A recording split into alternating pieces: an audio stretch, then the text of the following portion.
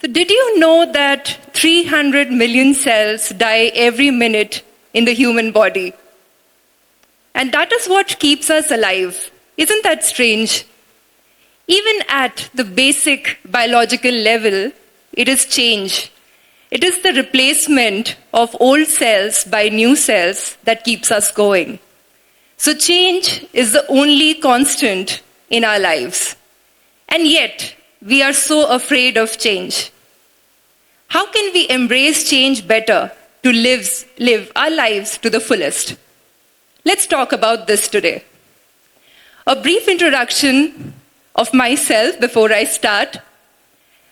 I served in the Indian Navy for a decade, from 2011 to 2021 as a logistics officer. Then I moved to London to pursue masters in prosperity, innovation and entrepreneurship at University College London. I was awarded the Commonwealth Scholarship by the UK Foreign Commonwealth and Development Office. Today I am an Austrader. I am into international trade and investment. I am based at the Australian High Commission in Delhi as a director at the Australian Trade and Investment Commission. Does this somewhat give you an idea as to why I am talking about change? Because change has been the single most important teacher in my life so far. It is the external changes and my response to those external changes that has made this journey possible. So let's move on to the next part, which is why do we resist to change?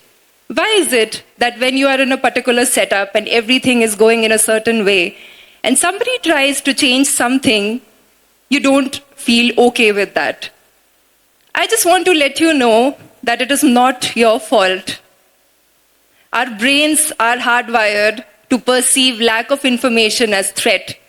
So anytime you're given a new information and you don't have the complete picture, you would either respond to it through fight or flight. You would either try to run away from it or ignore it for as long as possible. And then there are other issues, of course, like competence. You would question your own competence, whether I'll be able to handle the situation after it has changed. Ripple effect. Is one change really one change? No, it will trickle down to a number of changes. That is pretty intimidating. Rework, because you're used to a kind of pattern or habit. Anytime something different happens, you have to put in additional effort. Everybody likes birthday surprises and anniversary surprises, but are you ready to deal with it on a day-to-day basis? I bet no. So we have ample reasons to not like change, but is it really an option? Sadly, no. So let's talk about how to embrace change. Step 1, reflect. By reflect, I mean internal reflection as well as external reflection. Internal means being aware of your strengths and your vulnerabilities. What are you good at? What are you bad at? What do you like? What do you don't like? What makes you tick? External is about what is changing around you, being aware of those changes. It is only when you are aware of both of these that you can prepare somehow to adapt to changes. This also helps in building a positive mindset towards change. So let me give a quick example from my life. So as a kid, I was an army kid. So my father served in the Indian Army and I studied in 8 schools, which included public schools, private schools, army school, Kendriya Vidyalaya, you name it. I've studied in all kinds of schools. And every time I used to feel that I'm settling down in one school, I was told, oh, it's time to move to the next school. And this happened over and over again. So it happened 2-3 times. And after that, I kind of found something interesting in this, which was every time I went to a new school, the teacher did not know what to expect from me. The classmates did not know what to expect from me. So I had a clean slate. I could be whoever I want.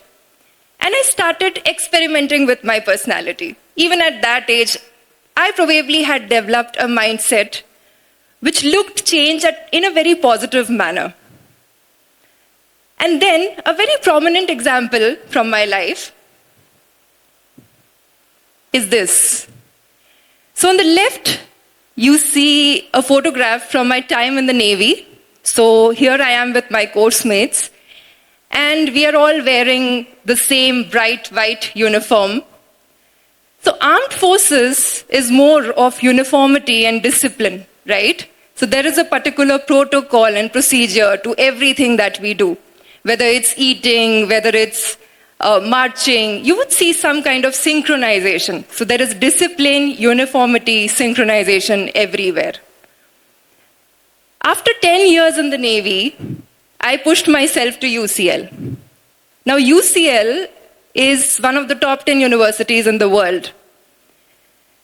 Can you see the difference between the two photographs? The one on the right, no two people look alike.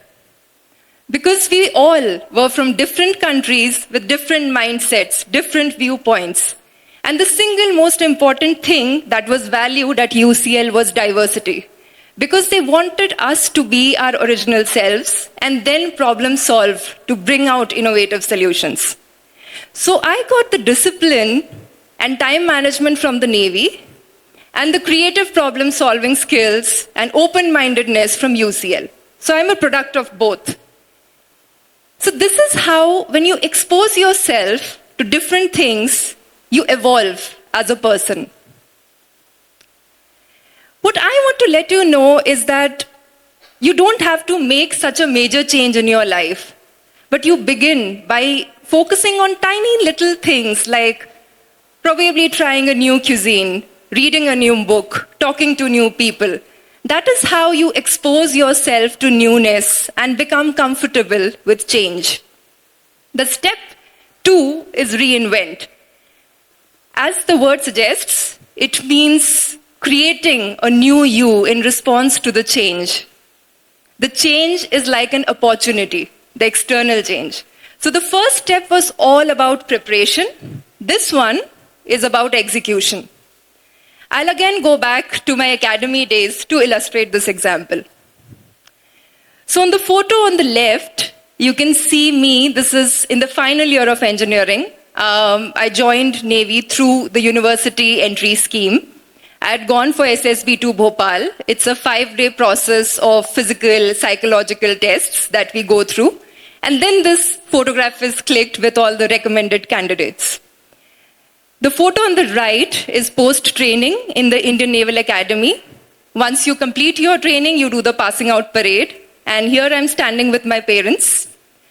So I think the physical metamorphosis is pretty clear, right? Because this is the thinnest that I have been in my life. Mentally also, it did wonders to me. So even one day before joining the academy, had anyone told me, Bidisha, would you be able to run so many kilometers at one go? Would you jump off 7 meters, 10 meters heights? Would you do boxing? Would you do sit-ups in the middle of the night? Would you be able to eat breakfast, lunch, dinner in like 5 minutes? Would you be able to do all of that? I would have said no. Nobody really is prepared for all of that. And yet, I did all of it. The purpose of a military academy is to subject you to the absolute worst circumstances that you can see in your life. And that is to test your mettle. You don't have any control over the external circumstances when you are in an academy. Every second of yours is controlled externally. But it is that positive mindset that I already had, that I spoke of, that I developed during my childhood, that I carried forward here. And I used all of that grill and rigor to reinvent myself. The person you see on the right post-training, she felt like a superhero that day. Because I ended up doing so many things that I had never imagined I would do. And that gave me a nothing is impossible attitude in life, which I not only carried during my service in the Navy, but I also carry it in my heart today. And I think that lesson will stay with me forever. What I mean to tell you here is that perhaps all of you have gone through changes in your lives. You all have transformed and adapted and evolved with situations.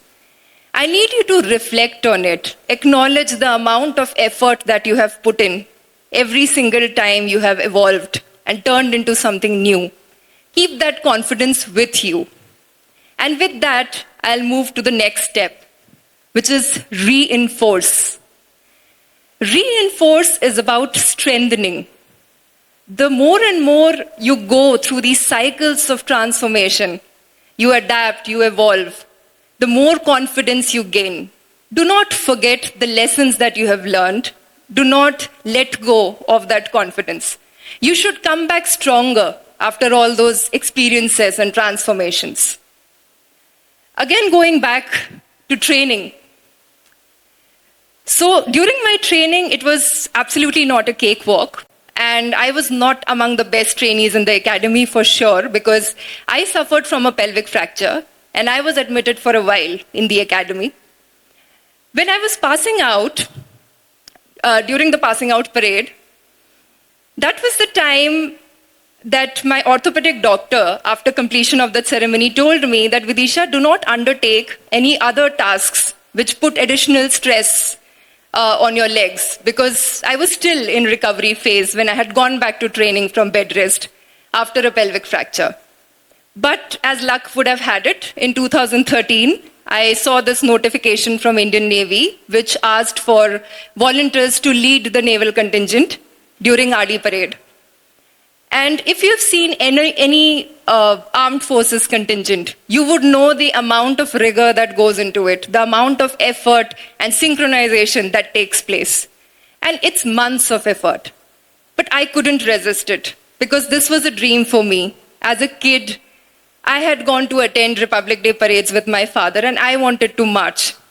So I put my name forward, and this was the result of it. So in 2013, I was carrying the national flag. I was a part of the beating retreat ceremony at Vijay Chowk on 29 Jan. In 2014, I was leading the naval marching contingent. In 2015, again, I was leading the first all-women naval marching contingent of Navy. And 2016, I was leading the International City Parade as a part of International Fleet Review. So this was 4 years, 4 consecutive years of marching and leading the naval contingent at national and international levels. And if this was not enough, in late 2016, I picked up ocean sailing. And with a crew of 6 members, I sailed from Cape Town to Goa on a 17-meter boat, covering 5,000 nautical miles in 33 days. So there has never been any dearth of adventure in my life, and it only made me stronger and stronger with every new challenge that I took up. Where am I today? Now I'm in the business of international trade and investment, a completely new domain from what I have done before. And yet, I'm very happy because I'm learning and I'm growing. And I think this is what enables us to live our lives to the fullest. Next. So I would like to conclude my talk by a quote from Swami Vivekananda, that things do not grow better. They remain as they are. It is we who grow better by the changes we make in ourselves. So don't fight change. Don't resist change. Make friends with it. Make the most of it. Thank you.